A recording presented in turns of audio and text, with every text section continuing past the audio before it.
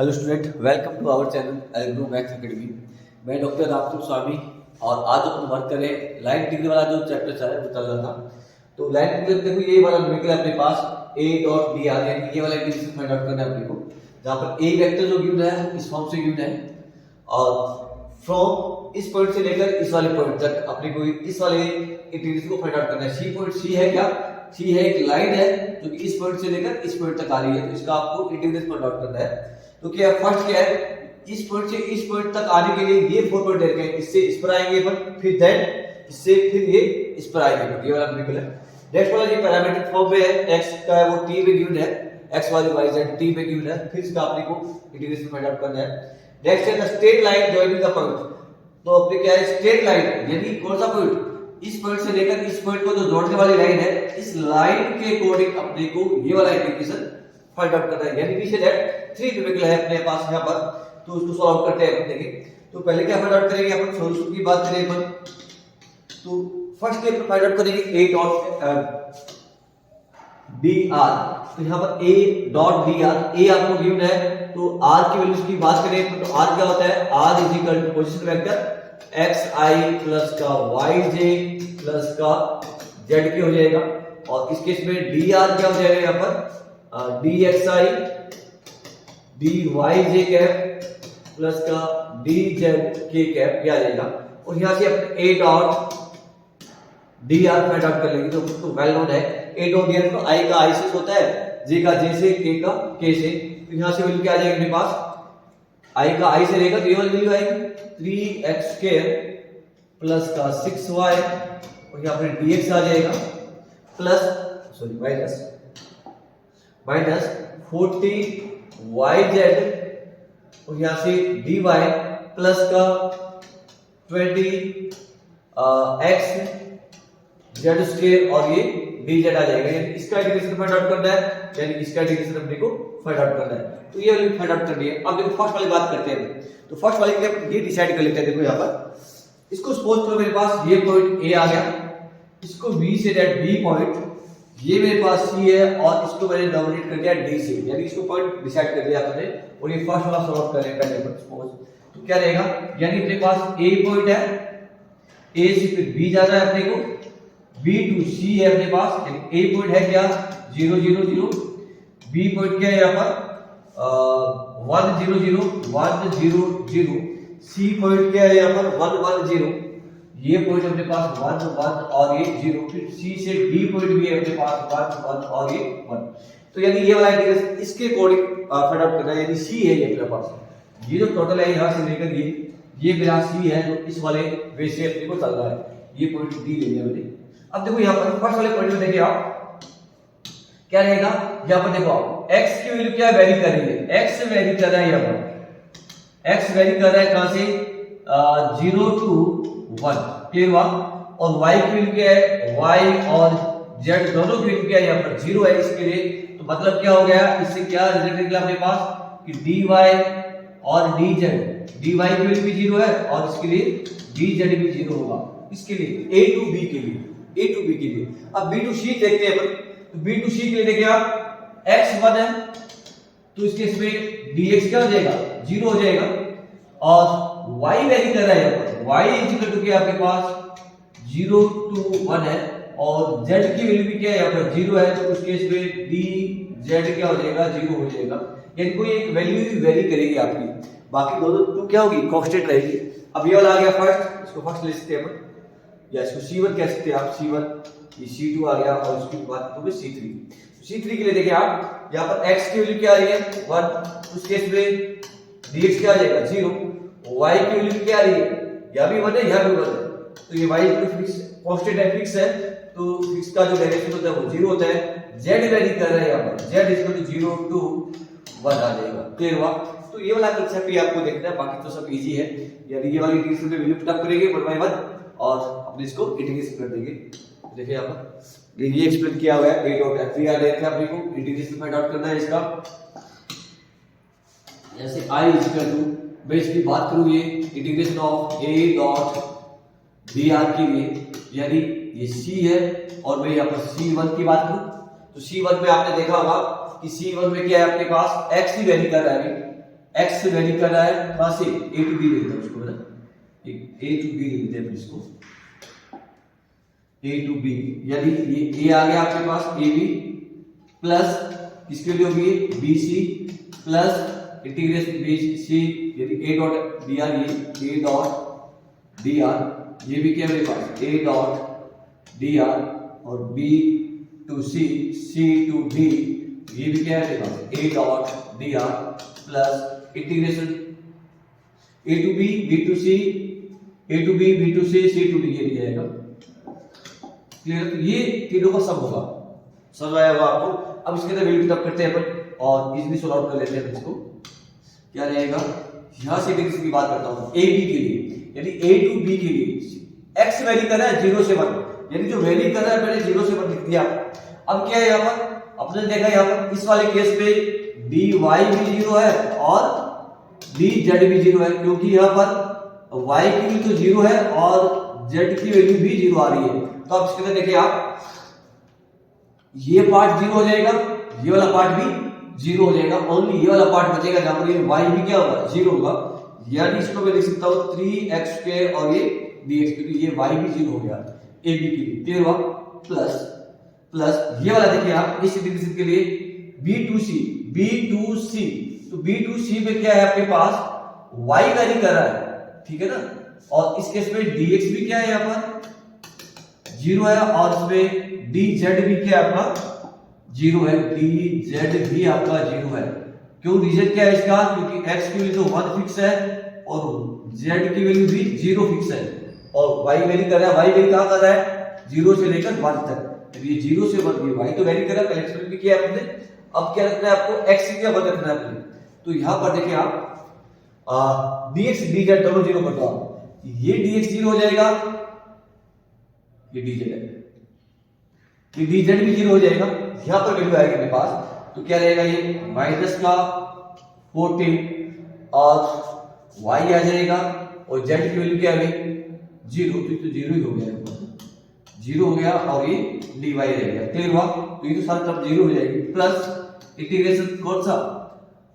c to d, तो c से d के लिए देखिए आप x की वैल्यू क्या है यहाँ पर 1 है, तो dx भी बताया था आपको 0 हो जाएगा, y की वैल्यू 1 है, तो dy भी क्या हो जाएगा 0 हो जाएगा, z वैरी कर रहा है 0 से 1, क्लियर है, तो यानी dx dy दोनों 0 हो गए, यानी फर्स्ट के दोनों, ये 0 और ये भी 0, ये वाला टर्म्स बचती है अपने पास, तो 20 हो गया यहाँ पर, x की वैल्यू देखो क्या है यहाँ पर, x की वैल्यू 1 है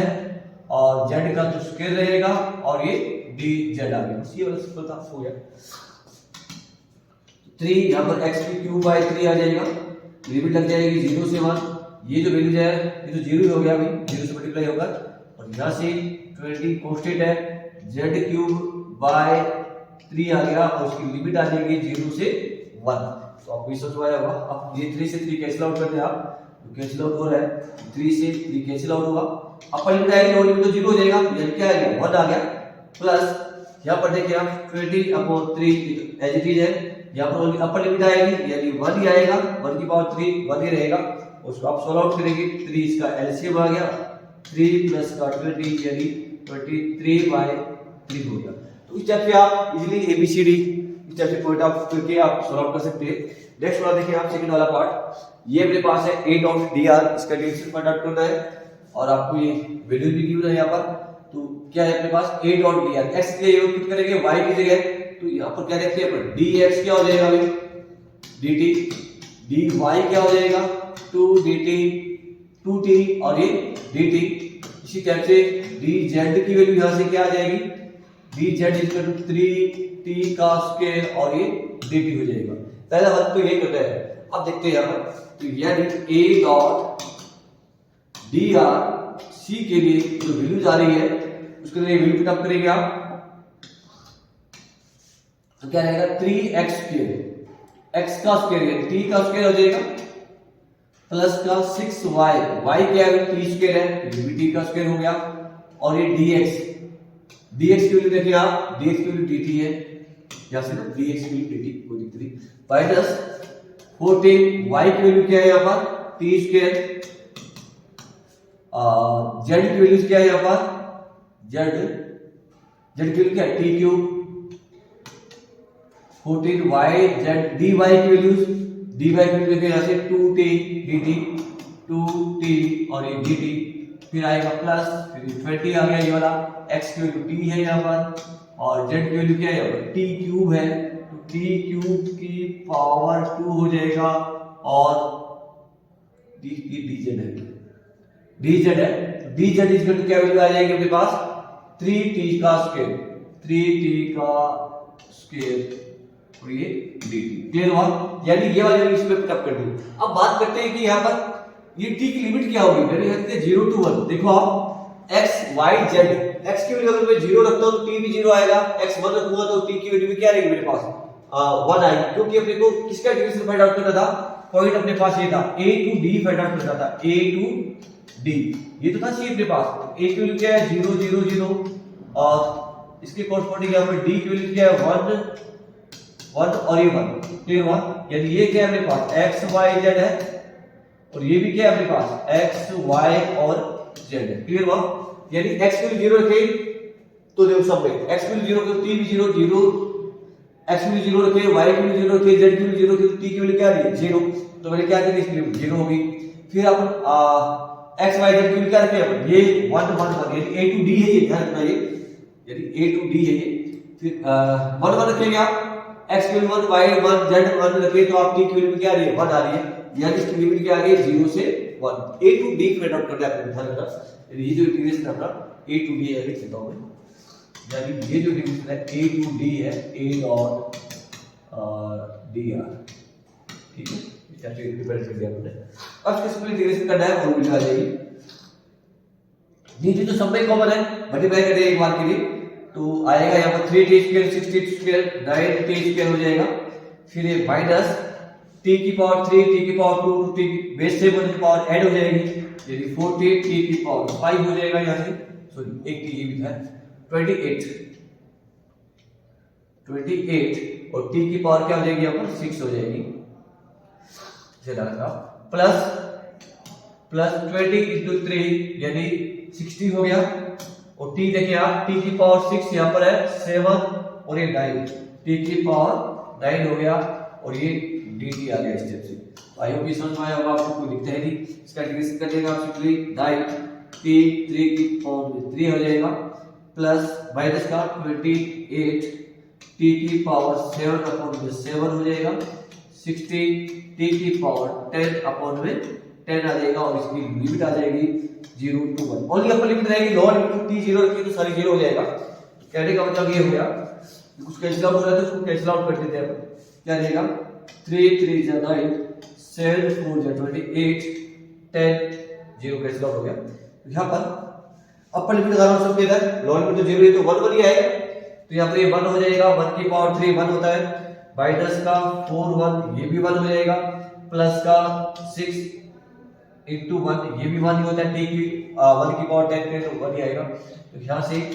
7 माइनस का 4 यानी 3 इसका आंसर आ गया, क्लियर है? तो आई होप ये समझ में आया होगा, इजी सा पार्ट था। नेक्स्ट वाला लेते हैं अपन, नेक्स्ट में देखिए आप,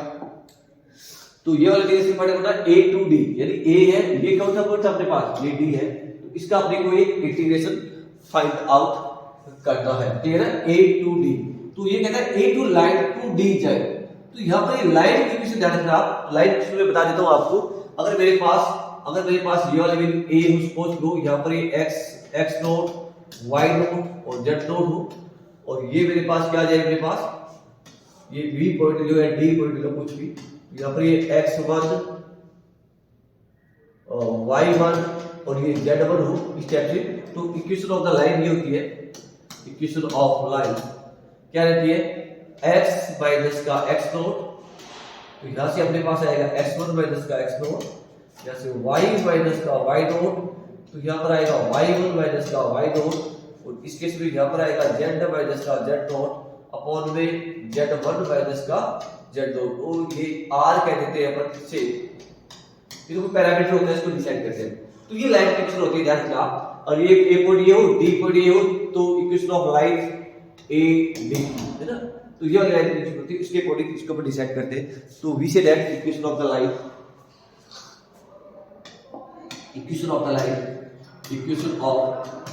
द लाइन ए डी, इसके अकॉर्डिंग तो क्या होगा, यहाँ से x माइनस का 0 कर दूं मैं यहाँ पर, तो ये 1 माइनस का 0, y माइनस का 0 और यहाँ पर 1 माइनस का 0,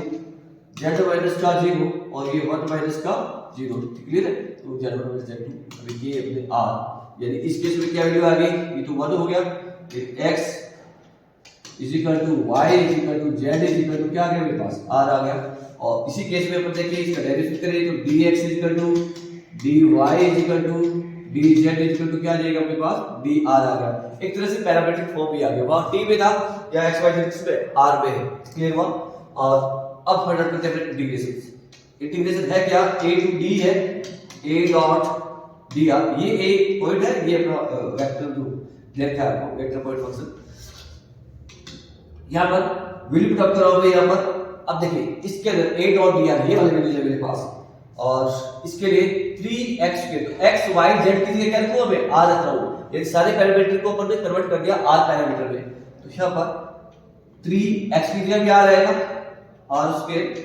प्लस का 6r और ये वाली वैल्यू आएगी dr माइनस 14, ये r इंटू r ही कर रहा हूं मैं, और ये dr यहाँ पर ये 20 r इंटू r का स्क्वायर और ये हो गया मेरे पास dr। अब r की लिमिट क्या होगी, तो r की लिमिट के लिए देखिए आप, जब लोअर लिमिट की बात करूं तो x y z 0 0 है तो r की वैल्यू क्या हो जाएगी, 0 हो जाएगी। अपर लिमिट की बात करूं b की, x y z की वैल्यू 1 1 रखेंगे तो r की वैल्यू क्या हो जाएगी, 1 हो जाएगी। पहले इतने की है, अब इसको सॉल्व करते हैं अपन। यदि क्या रहेगा, यहां से इसको इंटीग्रेट कर देते हैं 3r स्क्वायर,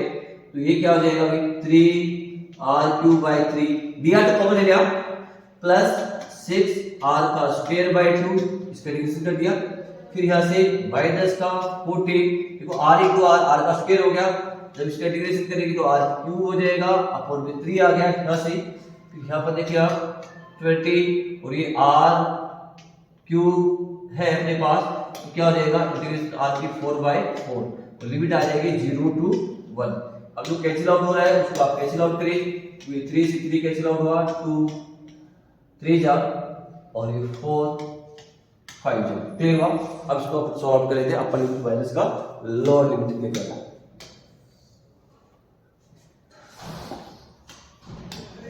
यहाँ पर क्या रहेगा, इंटीग्रेशन कर रहे थे अपन c का a डॉट dr के लिए, और इसका जो वैल्यू आएगी अपर लिमिट है यहाँ 1 1, लोअर लिमिट तो सारा 0 हो जाएगा, r की 0 पुट अप करने से, तो यहाँ पे भी क्या आएगा 1 आ जाएगा, r³ की जगह प्लस